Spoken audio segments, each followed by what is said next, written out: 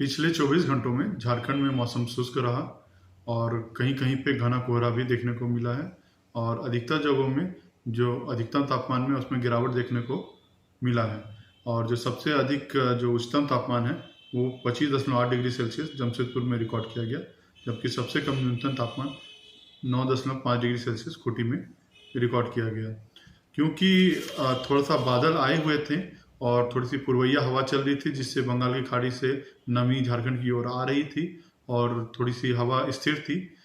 इन कारणों के असर से सुबह में आपको घना कोहरा भी देखने को मिला और क्योंकि धूप अच्छे से खिली हुई नहीं थी इसीलिए अधिकतम तापमान में आपको गिरावट देखने को मिला। इस गिरावट की वजह से जो अधिकतम तापमान है और जो न्यूनतम तापमान में उसके बीच में जो अंतर है वो कमी आई, इसलिए लोगों को ठंडा थोड़ा सा अधिक महसूस हो रहा है।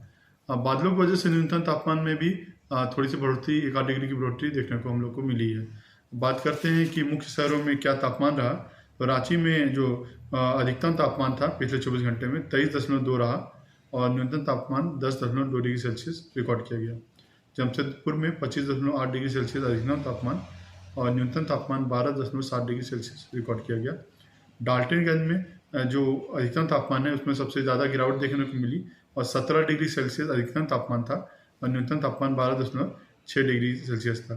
तो पूरे झारखंड में भी यही स्थिति रही कि अधिकतम तापमान में गिरावट देखने को मिली और न्यूनतम तापमान में थोड़ी सी बढ़ोतरी देखने को मिली, जिसकी वजह से जो उन दोनों के बीच का अंतर था, गैप था, वो कम हुआ और लोगों को ठंड ज़्यादा महसूस हुई। अब बात करते हैं मौसम पूर्वानुमान की, तो अभी झारखंड में आने वाले 5 दिन मौसम शुष्क ही रहेंगे और अगले 3 से 4 दिनों में जो न्यूनतम तापमान है उसमें पारा 4 से 5 डिग्री तक भी खिसक सकता है। जो सबसे पहले जो गिरावट देखने को मिलेगी वो उत्तरी भाग में, पलामू संभाग के साथ में जो उत्तरी भाग है झारखंड के, वहाँ पे हम लोग को गिरावट देखने को मिलेगी। उसके बाद से अगले दिन में रांची उसके आसपास के क्षेत्र, उसके बाद में दक्षिणी झारखंड जमशेदपुर और उसके आसपास के क्षेत्रों में हमें तापमान में गिरावट देखने को मिलेगी। सुबह में कल भी घना कोहरा छाया रहेगा, खासकर जो उत्तरी भाग हैं झारखंड के और साथ साथ में जो कोल्हान के इलाके हैं वहाँ पे घना कोहरा छाया रहेगा। रांची और आसपास के इलाकों में भी कुछ समय के लिए घना कोहरा और अधिकतम समय के लिए जो सुबह में आपको हल्के से मध्यम दर्जे का कोहरा देखने को मिल सकता है।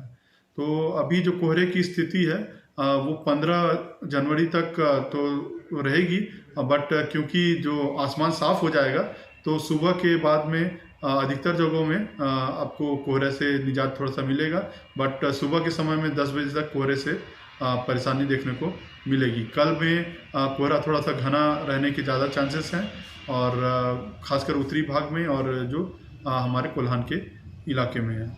अब बारिश के बारे में बात करें तो बारिश का वैसा कोई संभावना है नहीं।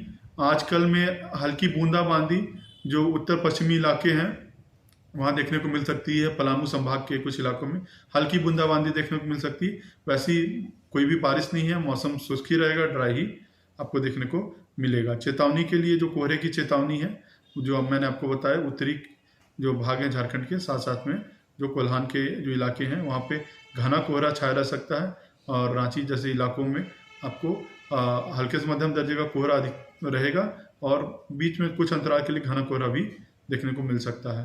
पलामू संभाग में कल शीत दिवस का भी हम लोग चेतावनी दे रहे हैं कि दिन का तापमान क्योंकि थोड़ा सा सामान्य से कल कम ही रहेगा और न्यूनतम तापमान 10 से नीचे आएगा, तो शीत दिवस का भी जो आशंका हम लोग जता रहे हैं। बाकी लोगों से सावधानी बरतने की हम लोग सलाह देते हैं क्योंकि जो टेम्परेचर में वेरिएशन है उसके वजह से तबीयत ज़्यादा खराब होती है, तो लोगों को है कि अपना खास ध्यान रखें और ठीक से रहें। धन्यवाद।